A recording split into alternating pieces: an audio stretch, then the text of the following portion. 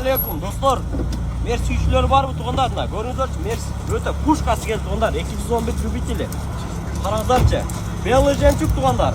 Машинанын моторунун бөлүгү 3/2 туугандар, автомат коробкада. Өтө ызың туугандар. Чисто пьесига айнайын дегендер болсо көрүңүздөр. Таза Япония туугандар. Кузовунда кылчу жумуштары жок.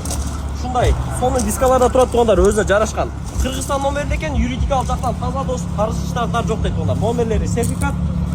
Артқы бүрүштүлөр экиче түтүкчөсү менен туугандар бар жок иштейт. Ички салондордон назар салабыз. Салондордо аябай сонун достор, караңыздарчы. Кожа салондо туугандар, чехолдор кийилген жакшы. Машинада автомат коробка бар жок функциялар иштейт. Болгону 300 канча миң гана чакырым жүрүптүр достор, арка жактан көрүңүздөр.